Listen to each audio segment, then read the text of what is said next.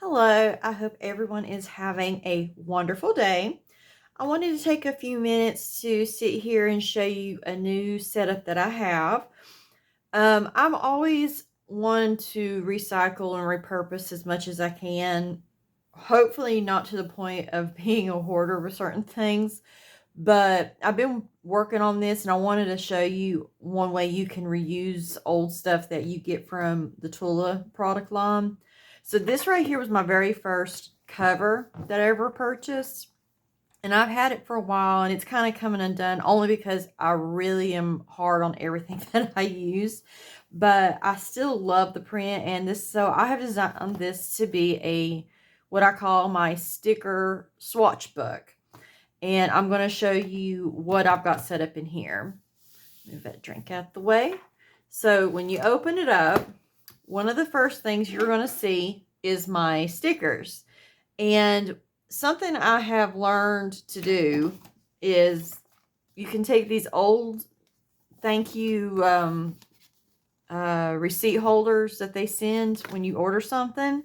What I like to do, I keep these. I repurpose these because, I mean, it's a good little folder for these books because, I mean, it fits perfectly.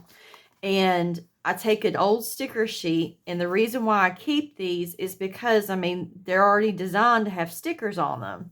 So if you have like oddball stickers or you need to condense stuff down, you can actually just reapply them. So one of the first things I'll do, and it's never neat when I try to do it when I'm recording. I think it works for everybody. So what I do is I'll go and I'll remove the actual outline of what the original sticker thing was. No, I didn't get all that. It's messy, but that's fine.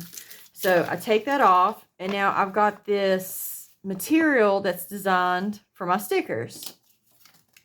I then will get, you can use use a glue stick. I normally use a double-sided tape. I will tape this all down, and then I will stick it on here. And some of these sheets are a little bit big, so I usually will trim it down just a little bit to fit. And then I have a reusable holder for my stickers.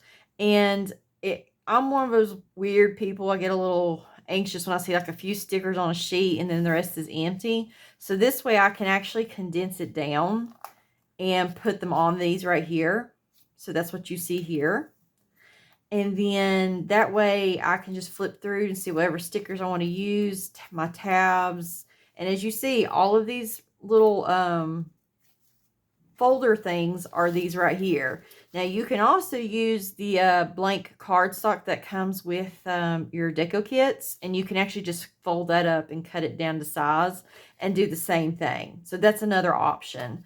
But I like doing this. And then this one right here, my very last one, the other ones here, I did cover up the folder piece. I'm not too worried about it, but this one I left as is. And then that way I can just add my sticker sheets down in here. I did have to trim a few of them down, but as you see, I always remove the outer thing because a lot of times I'll pull that sticker off and I'm like, nah, I don't want to use it.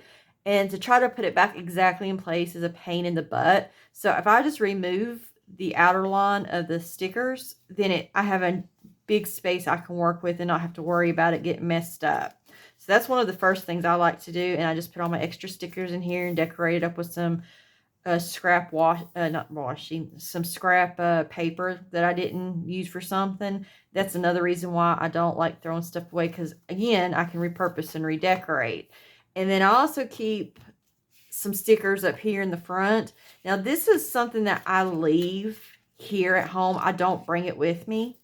And another thing I'm playing around with doing, and of course it's not in here, because once you use all your number stickers here, there's still these little squares that are left. And something I'm going to start doing, I have one where I've done what I've put, I don't have no clue what I've done with it. I thought I had it in here. Maybe I do. I can post a picture later. Ain't no biggie. Anyway, take some paint or something and, sponge paint those. And then you got these little boxes that you can use for check marks or anything like that. So that's one of the reasons why I haven't gotten rid of it yet. And so that's part of my setup here. So those are all my stickers. And then, of course, I had to buy the swatch book. And, of course, it's just a swatch. It's going to stay here. I'm not removing it. But what I've also done is I have a swatch set up both in the swatch insert and in a journal. And the reason being is because the paper quality is different.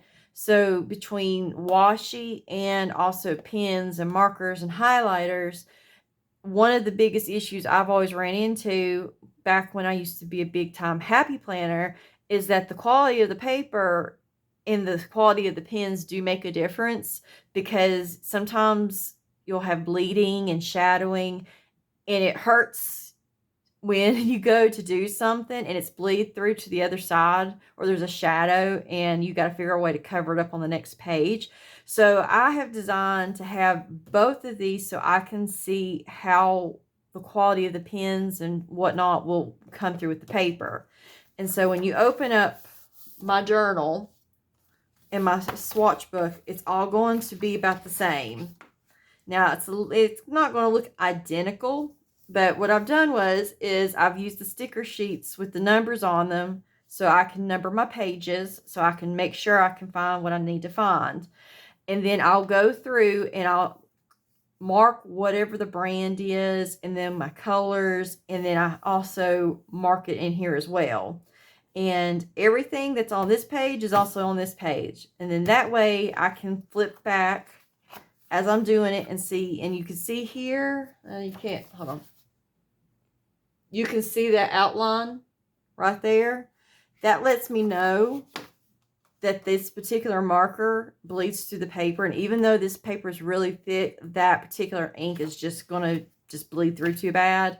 And then when I look over here, I've got the same thing. There's a little bit of shadowing because this paper is just a little bit thinner than this.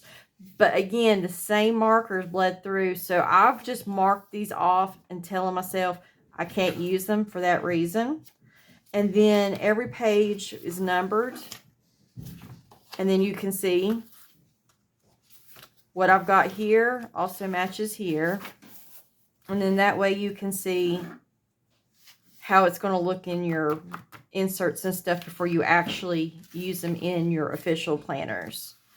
So I just wanted to show this. And also before I'm done, I wanted another tip. If you don't have many of these right here, another thing you can do is use wax paper. Wax paper works just as good. And you can tape it down to these as well, or tape it down to the cardstock. And another tip, you can also use wax paper when you're using your planner and put it over the planner. And then you can lay your stickers out so that way you can see where you want everything to be put before you officially put it on the paper, because I know sometimes them stickers rip the paper. So I just wanted to show you this was one way you could do it. And I don't know where I don't know. Oh well. Sorry, I'm mumbling to myself. Anyway, I just wanted to show you this was one way you can do that, and how you can repurpose older covers and stuff maybe you don't want to throw away, but you don't really know what to do with them. So this is an option. If you have any questions, please let me know. Otherwise, you have a wonderful weekend.